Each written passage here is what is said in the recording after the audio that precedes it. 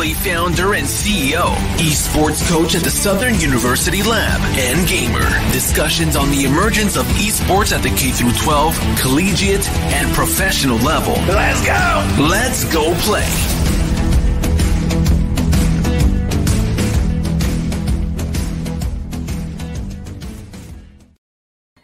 Welcome once again. This is your host, Christopher Turner. This is another episode of Go Play Esports podcast.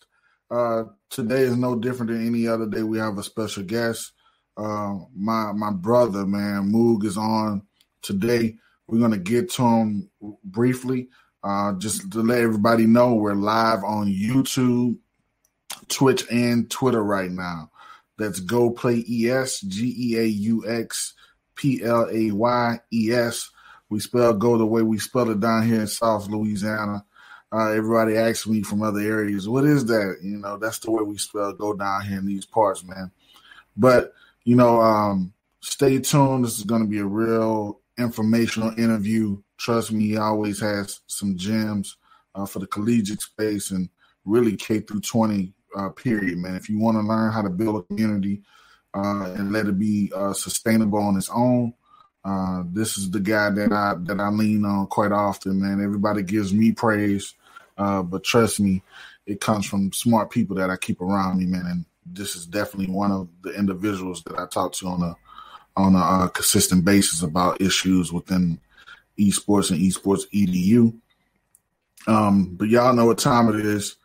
We're gonna give control. Control, you know, is a supplemental drink.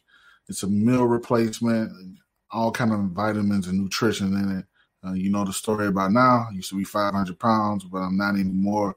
And real, you know, precise about what I put in my body now and what I continue to put in my body. And, you know, everybody that I have on this podcast that are sponsors, I have relationships with. You might have heard Hip Hop Gamer say that last episode, but it's true. It's facts for me as well. So let's get into this commercial from Control. 90% of people love statistics. We don't have any data to support that, so you'll just have to take our word for it. Control contains prebiotic fiber, the stuff that promotes healthy gut bacteria. Unlike unhealthy gut bacteria, it's healthy. It also contains digestive enzymes. They promote healthy digestion. You're probably starting to recognize a trend here. You know what else are healthy? Branched-chain amino acids. They support muscle growth and amp up your exercise performance. And MCTs help to control your appetite. 5 grams of fiber, 23 grams of protein, 22 vitamins and minerals, plus it's made with real pieces of cereal. Control. Statistically awesome. That's Control. Go to drinkcontrol.com right now. Enter in Go Play ES. Get your 10% off that meal replacement. Without further ado, for the introduction, I might say, Moog, how you doing, man? Man, I'm all right. I'm glad it's summer, even though that really doesn't mean much to us. But thanks for having me. I appreciate this so much. Nah, man, I think it was a good time, man. You mentioned the summer, man. I think it's a good time to have you on. And you know, we're kind of settled, but not settled. We're still working. Give the listeners a brief introduction of who you are, man, before we get in the thick of things. Yeah, so my name is Mike Moog Aguilar. I'm the Director of Esports and Co-Curricular Innovation for the University of Oklahoma. I've been developing collegiate esports since about fall 2016. Now into full departmentalization on OU's campus in the Division of Student Affairs, named as and appointed as the director in September of 2020. And now just announced scholarships earlier this year, working on venue and curriculum and everything else and in between. So, like, you know, man, I was on a call the other day. We'll have this conversation off air, but your name came up, man, and it happens a lot. And I never tell you, but like, how is it being the director, man, starting this thing from nothing and having those big announcements as far as scholarship and getting that support from the university now? Like, how is that feeling? I know you're not done. You're far from done. But man, I'll tell you what, like, this journey, I don't care if it's a D1 Power 5 university, D2, D3, public, private, community college. You know, I don't care what it is. It is not for the faint of heart. And you have to have thick skin, and you have to have a resolve that you just have to find it. Like, there's no way around it. You're going to get beaten up, you're going to get cut, you're going to bleed, you're going to bruise, and you're going to have to push for things that people are just going to completely dismiss right out of the box after the first sentence. And that's a hard uphill battle. And one of the biggest benefits is being collaborative.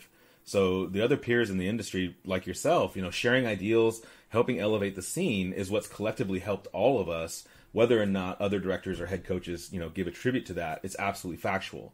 And in a way, we were kind of reverse engineering and Trojan horsing each other's development so that it legitimizes the fact that, these things are needed. They're opportunities, whether you want to scope that as a recruitment tool, an engagement tool, career services tool, bring in students for tuition money, on the business side, deal with actually impacting society and cultural elevation and evolution, creating legacy. All those things apply. And that's the problem, I think, with a lot of directors, whether they're truly innovative or just in the space, where the higher education landscape, especially in esports, is so dynamic. We have tons of resources already on campus. We have heritage within our universities. We have opportunity because of the nature of education, and students that are in the right age demographic and mindset that just need a little bit of guidance and mentorship, and they can rise to an occasion that will help push that agenda forward, creating your own champions, which are your future alumni, that supports that business model, but ultimately evolving this industry so that we can all enjoy more and more of it. Yeah, and you talking about, enjoying that industry. How important is it for an esports club, organization, anybody that's trying to build a community? How important is that community aspect to it? So community is literally the number one thing that I preach, because if we talk about it in the context of business, then who's your future fan base? If you're not building a community around it, who's going to even care if your teams are competing in the first place? Sure, getting appraisal or approval from a VP or a dean of students or a president of a university is great. That helps deal with part of the pie, that's needed. But the longer term gain is that this collegiate, professional, grassroots, it doesn't matter. You have a merch opportunity to build that. You have an influencer opportunity for fan engagement. You have an opportunity for your brand to be touchable by those that may not even have gone to college or may be interested in your community as a means to find their home for the next 2 to 4 or 6 years. And that's the core of everything, because from that same thing, if you allow students to empower them to take some ownership of that brand as well, then they'll start to innovate as well. Even if it's a more narrow scope, it can attribute to the bigger collective goals, which is building an essentially the rebirth of athletics programs within esports. And I know a lot of people don't like that parallel, but on the business back end, maybe not on the cultural front end, but on the business back end, they're almost a one-to-one copy. Yeah. And I totally agree with you, like 110% agree with you on that statement. And let's talk about it. Like, what do you see for your program being self-sustainable in the future? We using that foundation of traditional athletics, because a lot of esports, directors kind of shy away from saying that statement. Yep. But I totally agree with you on that. Well, so that's also the situation of everyone's specific optics of how they look at this. I'm at a Power 5 university. OU is known for football. Yeah. We're known for softball. We're known for gymnastics. That's what you think of when you think about the Sooner Nation. And in those Power 5 universities, we have contracts that do media rights. We have fan engagement organizations called like Sooner Club. We have an entire division that's focused on interfacing with traditional broadcast pipelines called Sooner Vision. And then we have our own student media tools that we have, outside of the esports energy. So those are also not quick, but they're organic alignments with the pre-existing business models on universities' campuses. So whether you want to label it athletics or not, or the affiliation, is irrelevant. The point is the business opportunity. Yes, you have to cater to it. Sure, you present it in a different way to kind of shy away from the athletics connotation because of the cultural clash between those two worlds. But at the same time, that's already built, formidable. You just tap into it. So that gives us an opportunity to build stability in mentoring future talents on air as the next casters and the next announcers, the analysts that are feeding them data, the production people that are managing scene switching, timing, professionalism, infographics. The influencers have a place in our industry way more than the others, because that's an extension of companies like 100 Thieves or FaZe Clan, which immediately and publicly say that they're almost 40% or more a media and entertainment company. So these things are alignment for this specific industry, but a lot of that work, compliance, legalities, and contracts have at least been conceptualized on the athletics side. So why reinvent the wheel? Yeah, for sure. Yeah, there's no need to reinvent the wheel. So, you stated, the structural standpoint and community first. You've locked down your scholarships, and I want you to go into depth about how you accomplished that, because that's quite a feat. I think it should be celebrated.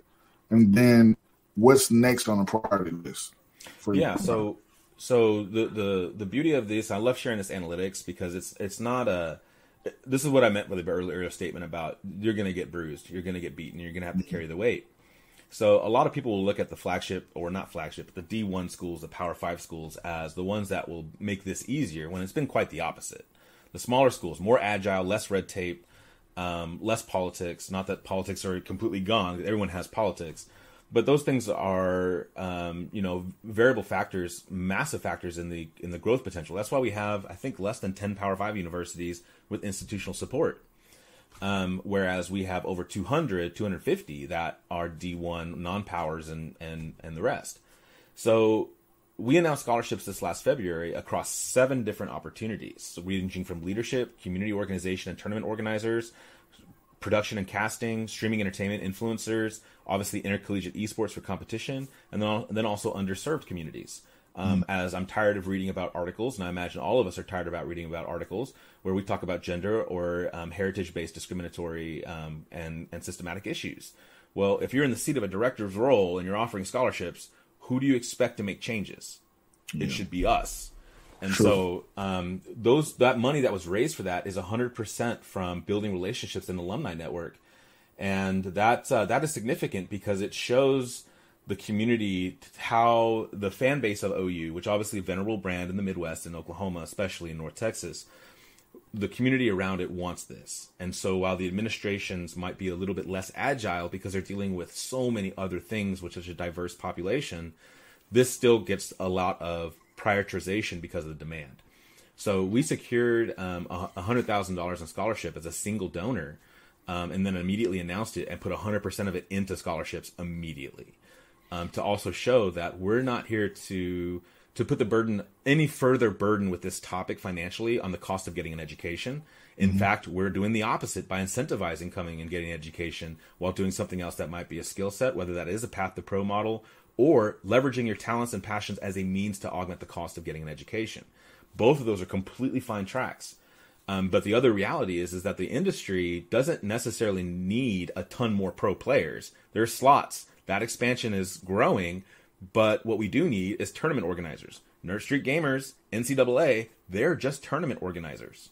The same thing with production, ESPN, TBS, and NBA Finals, any of that content, Monday Night Football.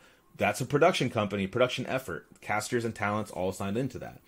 Influencer media is also unique to us a little bit more, where we do have programs just like this podcast, where it's embraced culturally as some way to get alignment with what you care about, what you value, and get behind those that are leading the charge to empower them to do it further and just have more endurance in it. And then naturally the leadership that's going to be that middle management, upper management positions of companies like an Evil Geniuses or a Corsair or a FaZe Clan or anything in between, because they're getting the actual experience, not just a piece of paper, essentially, not to dismiss a degree in itself, but a degree is only part of the equation. The other equation is tangible skill sets that you have built experience around. You failed, you burned, you cried, you stressed, you rose above, and then you conquered it, and now you can do it in the real world to sustain a living, your household, your children, your family, and your community. I'm glad that you went down that lane because it's a constant frustration for me. Not a big one, but it's just conversations that are being had. When we talk to those said entities that you mentioned some of them. What is the main conversation you're having with them? Because they're looking at the next 5 to 10 years as far as students with skill sets, and like right now they're not finding them right now. Yeah. So, like, what is that conversation like? Because I'm not going to say any company names, but I've had discussions where they're saying, hey, we can't find anybody, or the students that we're recruiting, they have that paper, but they don't have those skill sets that we need to push them into the organization. Yeah, first of all, my camera's frozen. That's awkward. I'm going to stop my cam right now. I'll fix It's that in a fine. second. It's fine. So the biggest thing is there's obviously different mentalities on how do we approach academic development and curriculum. So the biggest thing is always addressing what the heck is higher education about? It's about creating professionals and societal contributors for today and tomorrow, especially when we have the foresight of tomorrow. Now, that being said, anything that steers from that track, to me, needs to be seriously reevaluated, because that's literally what higher education is about. And when we lose that mentality, we stray in why we have such adversity against higher education and its value and its current societal standards. So when we talk about curriculum development, this is where I definitely will butt heads with some energies in the space. I'm more interested in renovating and evolving current degree structures versus building new structures from scratch. The reason why is how much of the industry right now has a degree in esports? I can't reference one. Right. Not a single person that has a degree that has the word esports in its title of awarding. So, but however, I can reference people that have creative media production degrees or business degrees or graphic design energies or certificates, or business degrees or MBAs or sports team management or education or anthropology or psychology or law. Those things are the direct alignments to take advantage of the pre-existing execution of those degrees and all of the alumni that come into it. Because what a university is doing by evolving current degrees is also adding more value back to their alumni, which also sustains that model back to contributing back. But let's say that let's look at creative media production as a degree, and typically in a communications department or a journalism department. And that CMP degree, you can specialize it. You don't have to. But if let's say that just in the verbiage of this, if you're employing somebody, and let's say you're not in esports, and let's say you have an esports media production degree, right out of the box, more than likely that recruiter is just going to toss it because the word esports is off-putting to a non-esports demographic. But let's say you have a CMP degree with an emphasis in esports. You can just drop the emphasis. And now you're not siloed. So, and you still have the core skill sets and the techniques that will allow you to go in traditional broadcast or in an esports world and still be more dynamic, more versatile, and a better opportunity at success. So the same applies to any other degrees or sensibilities or tracks that I just mentioned. Evolving current structures adds value back to previous alumni, bolsters the pre-existing donors to those colleges, and allows us to get a core foundation of classes that are already built that don't necessarily need to be rewritten, but just augmented. So if you're going to create a business degree, well, maybe you're creating elective courses in business analytics and esports, which is absolutely needed to talk about for sponsorships and understanding how to run operations effectively and efficiently. But yet that's not a whole need. That's not a need for an entire degree restructure. That's just augmentation to give you better versatility with an MBA or a business or international business degree. For sure, and I never thought about it that way until because everybody's running to the gauntlet to create curriculum and to pretty much, do it under continuous studies or something like that. But if you take your degrees that you already have and just add and put a focal point, with a focus in esports or gaming, it makes much more sense. That way you don't have to create the wheel per se. But that's a good analysis, man, and a good thought process on how to get it done quickly too, because the industry is moving so fast. Well, and that's right. So to that point, that's literally one of the biggest things that I definitely love highlighting is because academia is slow. It is real slow. And if we talk about the approval processes of accredited curriculum, that is equally just as slow.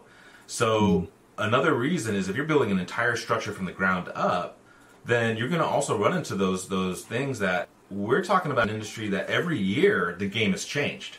We have new people in the industry. We have, new schools coming in that are now starting from ground zero.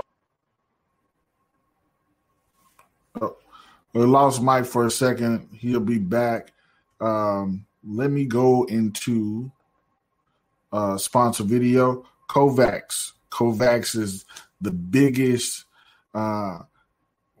first person aimer training software in the market. I've been using it. I'm going to go into a Kovacs highlight of me playing some Call of Duty. The first person to DM me today on Twitter, LinkedIn, I'll give you a free code to download to try it yourself, man. Any first-person shooter PC players out there, I'll give you a code to download the software, man. It's made my game so much better.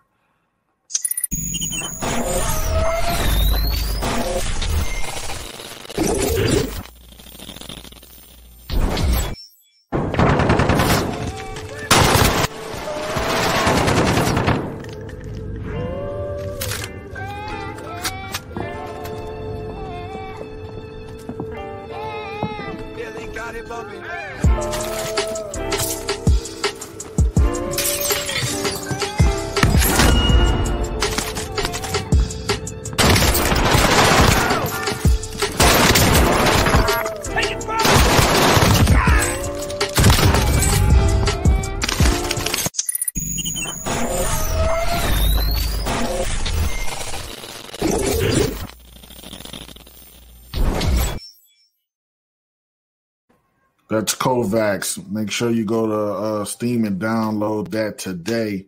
I'm telling you, if you would like a free code, first person to DM me on Twitter or LinkedIn, I'll give you a code.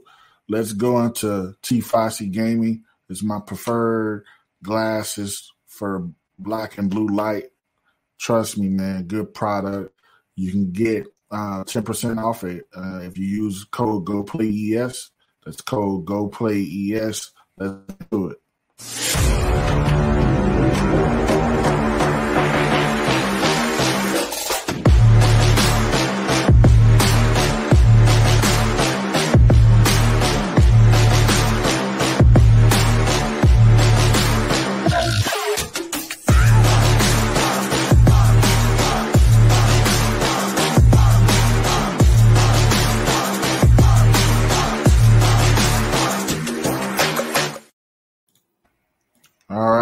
We back like we never left. That was T-Foxy Gaming.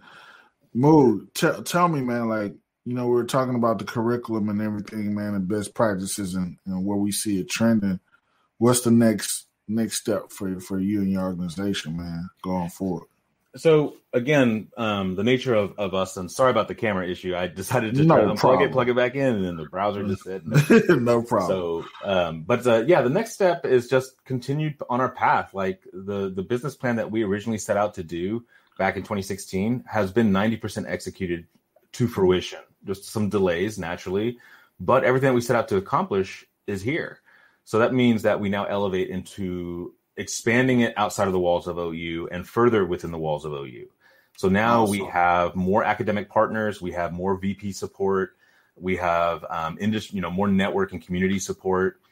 Working with one of my favorite alignments, which also has a degree track alignment, is in collaboration with the Oklahoma City Police Athletics League, who, as a COVID response, spun up esports as a means to to cater and mentor inner city youth, which is predominantly the middle school age, which I love purely because I used to work for a juvenile facility. That job gave me shingles at 27. I understand really well what public servants in those environments go through. Mm-hmm. And naturally, at this time in the last, it's been a pretty hostile environment for public servants, especially in the police force.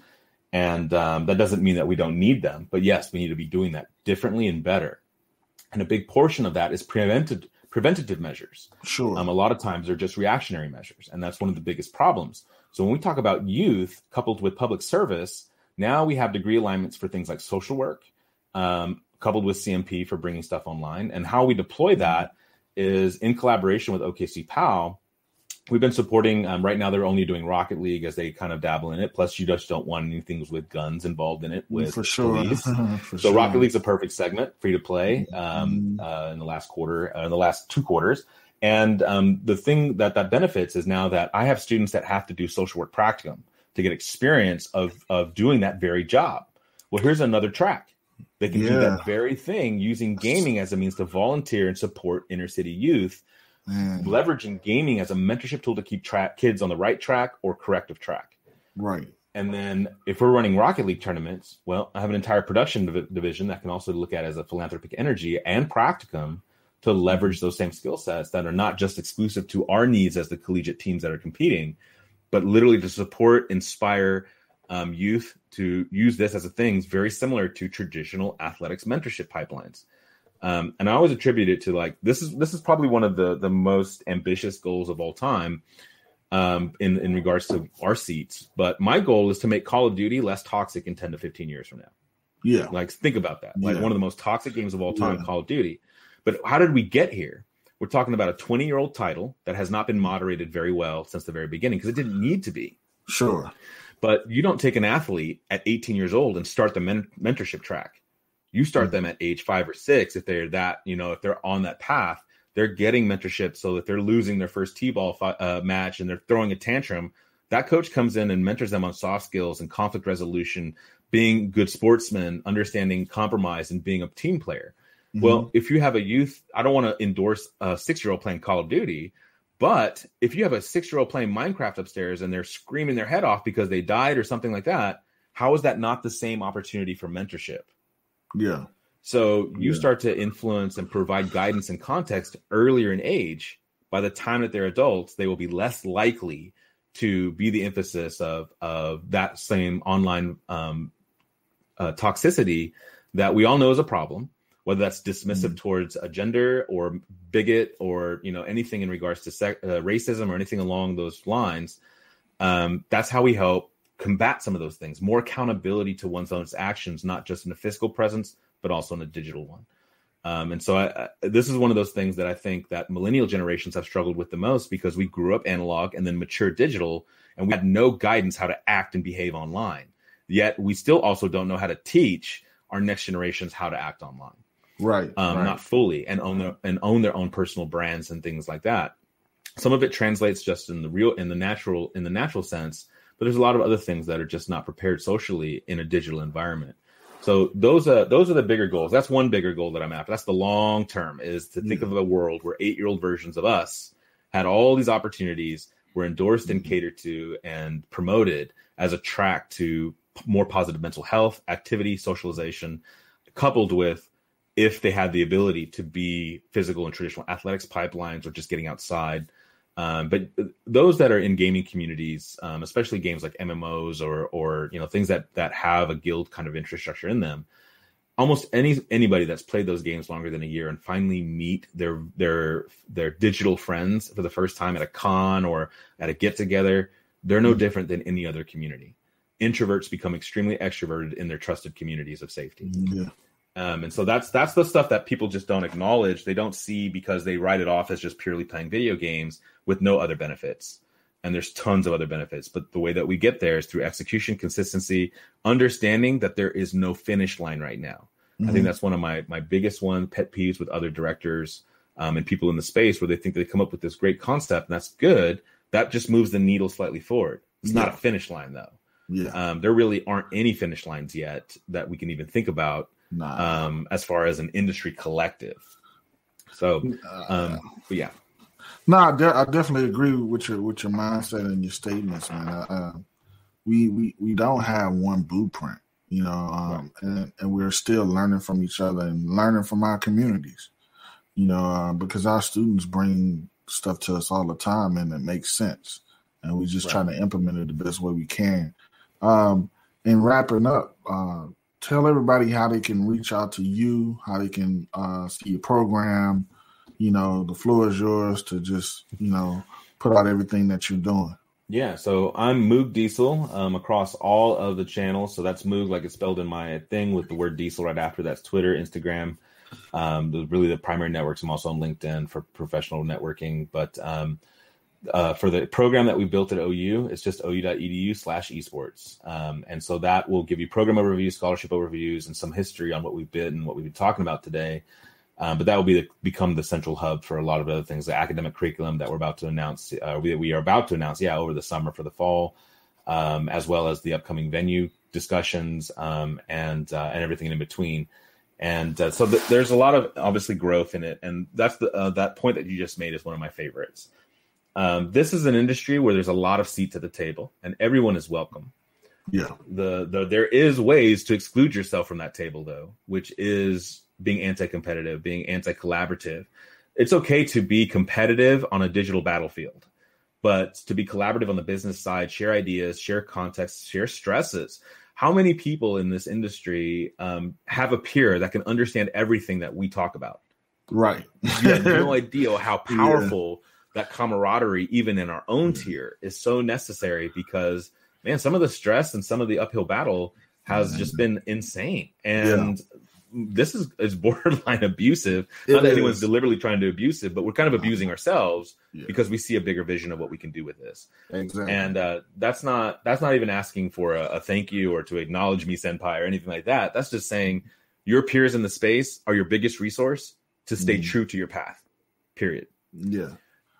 Even in their failures, being honest with their feedback, not toxic, but honest in their feedback will help grow them so that you can also use that as another means to leverage against your own administrations and your own communities to say, well, these things are happening in Dallas. These things are happening in Cali. These things are happening in Kansas or Missouri or anything in between. Or these things are happening at my peer direct competitor universities or my same classification universities. And they're having these successes. These are the analytics. Because, for instance, we are now in our 4th year of Bedlam, which is Oklahoma State OU, and we're in our 3rd year of Red River Rivalry, or Red River Clash is our version of OU Texas. Right. A lot of people know the brands OU Texas. Yeah. However, nothing to my Longhorn gaming peers and the student base there. They're amazing. There's not been a university where the students haven't been pure amazing. However, I can't go and create sponsorships to generate revenue for both universities when it's the OU brand coming to the table and not the UT brand coming to the table. Sure. And so it's one of those things where these old rivalries that can galvanize energy and provide pride to a newer generation are just missing a couple of things to push that needle forward. But I can't hate Texas properly and ethically until it's on a level playing field. Yeah. And that's what sportsmanship conduct is about, is that I want to compete and win and lose to my rivalries in the proper context, not a university that's now offering scholarships to compete versus one that's just recruiting what students come there. That's a very one-sided argument when I'm able to recruit globally and they're not in that same context. Yeah. And so that D1 Power 5 university classification goes right out the door because that's a completely different story. So the biggest thing I think to close this out is that collegiate esports, just like every other esports sector, is still very infantile. There is so much that is left to explore. There's so much that we can still engineer, pioneer, and innovate.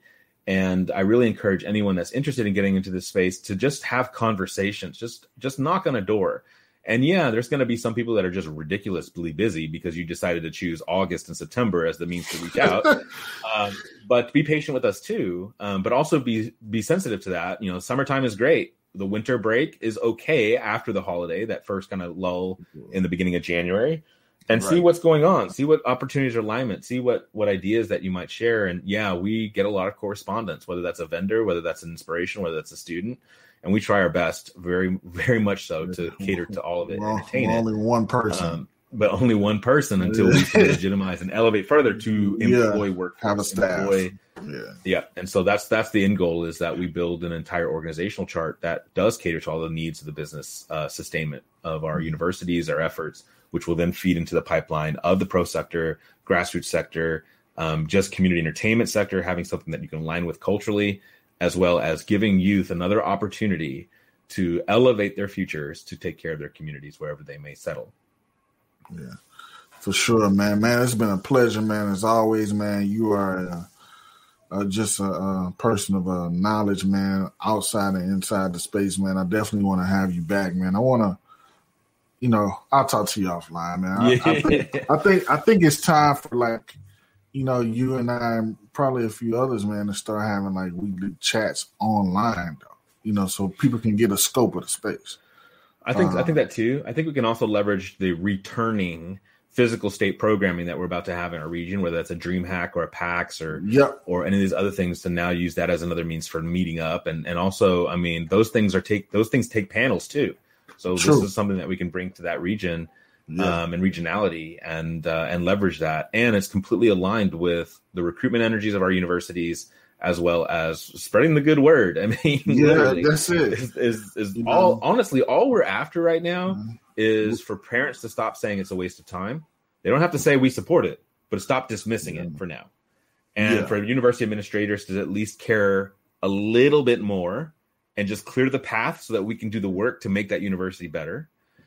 For the pro scene to continuously find ways of interacting with us, and for the grassroots energies to understand that, especially the public universities, are here as extensions of the very communities, regardless of whether you came to this school or not. And so that's important. OU, OSU are cultural icons for the state, and there are plenty of fanatics for these two brands that never attended these colleges. And I'm sensitive. We want to be sensitive to those things too, and create opportunities for them, because while they might not go, their kids might, and at the very least, they're still going to be prouder to be a part of this community. Yeah, definitely, man. 100%. Man, it's been awesome, man. I'll be talking to you soon. Yeah, sure. As always. Thanks for coming on, man. Yeah, absolutely. Thanks again for you and your community, and thanks for having me. For sure. Ladies and gentlemen, that was Mike Moog Aguilar, OU Esports, man. It's been a pleasure. Man, you know what it is, man. You know what I always say. Just go play esports, man. That's all, man. Just get involved, get started. And I'll see you next episode. Peace out.